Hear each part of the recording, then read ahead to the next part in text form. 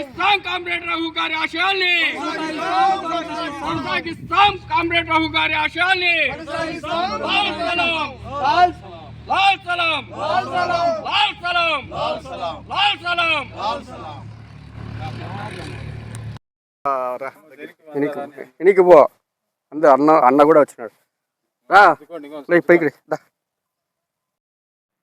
SA Rauf వర్ధంతి 12వ వర్ధంతి.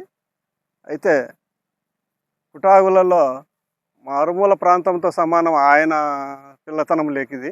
ఆయన ఈ ఏరియాలో ప్రముఖ నాయకుడు, సిపిఎం ఎంఎల్ పార్టీకి కింద. ఆయన నాయకత్వంలో అనేక జనము ఈ ఊర్లో కొనసాగినారు. వాళ్ళల్లో నేను కూడా కొద్ది రోజులు ఉండేవాడిని నేను కూడా.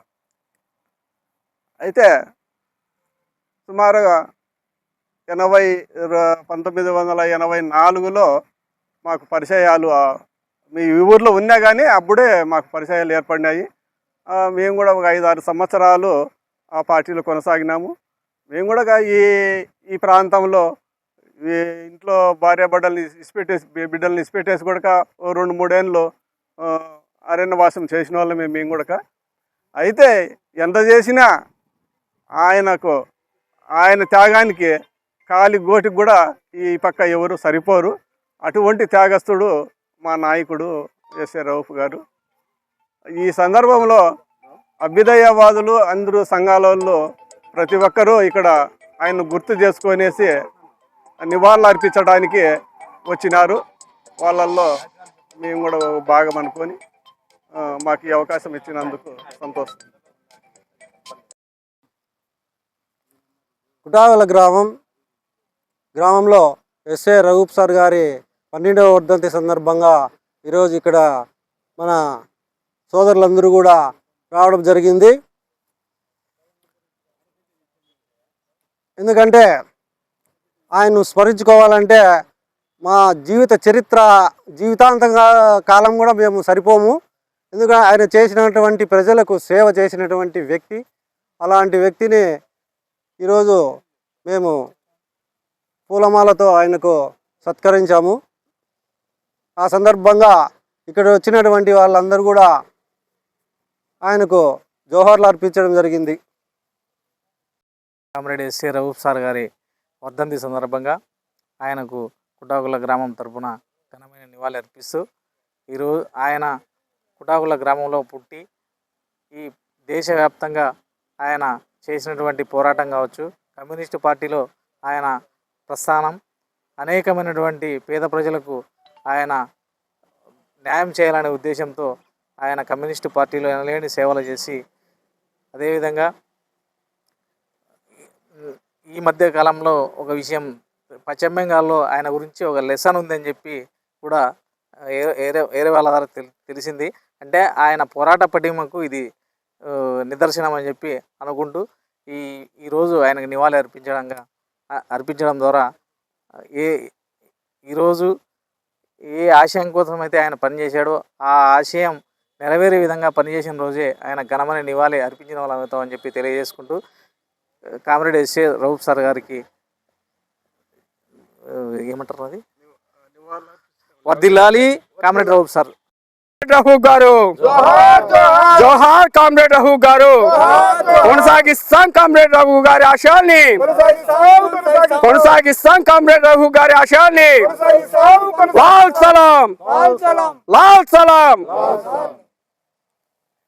ఈరోజు ఆంధ్రప్రదేశ్ శ్రీ సత్యసాయి జిల్లా కదిరి పట్టణం నందు ఉన్నటువంటి కుటాగుల గ్రామం నందు మరి మా యొక్క పీడిత ప్రజలకి, బడుగు బలహీన వర్గాలతో పాటు ఇతర అగ్రవర్ణ కులాలు కానీ పేదలు కానీ మరి వారి కోసం, వారి అభివృద్ధి కోసం విద్య, ఉద్యోగ, ఆర్థిక, సామాజిక, రాజకీయ రంగాలలో సమానత్వం ఉండాలనేటువంటి ఆలోచన విధానంతో కామ్రేడ్ రఘుప్ గారు మరి అనేక విధాలుగా తన జీవితాన్నే పణంగా పెట్టి ఉద్యమాల్లో కొనసాగినటువంటి వ్యక్తి. మాకైతే ఆయన చివరి దశలో, అంతిమ దశలో మరి ఇక్కడ ఉన్నటువంటి రామన్న కావచ్చు, అలాగే భాస్కర్ అన్న కావచ్చు, గంగన్న కావచ్చు, మరి చంద్రన్న కావచ్చు, శ్రీనివాసులు కావచ్చు, ప్రసాద్ గారు కావచ్చు, పెద్దయ్య కావచ్చు, వీరి యొక్క ఆధ్వర్యంలో ఆయన్ని చూసినటువంటి ఆ యొక్క భాగ్యం మాకు దక్కిందంటే ఆ యొక్క పుణ్యం ఈ మా కుటుంబీకు మా పెద్దలు చేసినటువంటి అదృష్టంగా మేము భావిస్తున్నాం. దేనికంటే ఆయన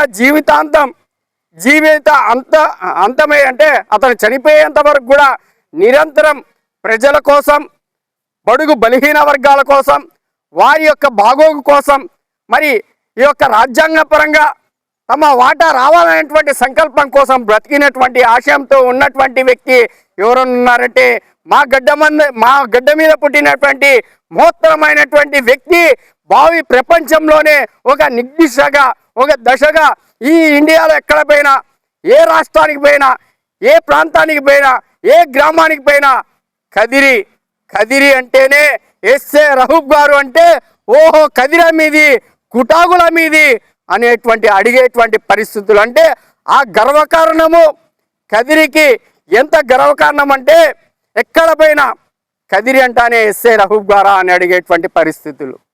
మరి ఆయన చేసినటువంటి ఆ కృషి, ఆయన చేసినటువంటి ఆ పట్టుదల, ఆయన చేసినటువంటి అంశము తన జీవితాన్ని పెళ్లి కూడా చేసుకోకుండా మరి నిరంతరం కూడా ప్రజల కోసం, ప్రజల బాగోగుల కోసం, ప్రజల యొక్క సౌభాగ్యంగా ఉండాలనేటువంటి ఆలోచన విధానంతో మరి భూమి కోసం, భూ విముక్తి కోసం అనేక పోరాటాలు చేసినటువంటి మహత్తరమైనటువంటి వ్యక్తి.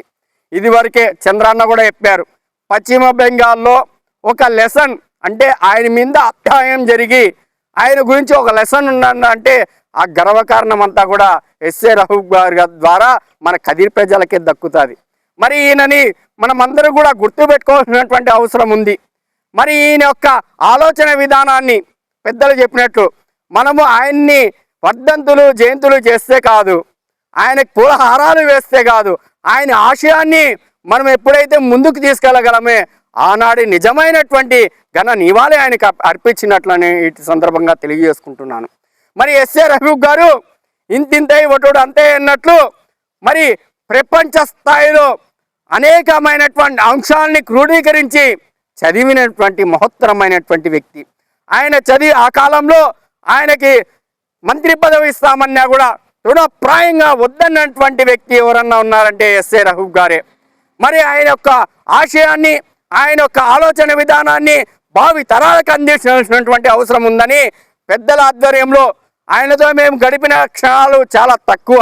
పెద్దలైతే ఆయనతో నడిచినటువంటి వ్యక్తులు, ఇక్కడ ఉన్నటువంటి వ్యక్తులు, వీరు చెప్పేటువంటి ప్రతి ఒక్క అంశాన్ని మేము ఒకవేళ ఆలకిస్తున్నాం. ఆలకించే ఓహో ఇంత మహత్తరమైనటువంటి వ్యక్తి చివరి గడియల్లో మేము ఆయన దగ్గర ఉన్నామా అనేటువంటి ఆలోచన. అంటే మా బిడ్డలకి ఆ భాగ్యం దక్కకపోయింది అనేటువంటి బాధ.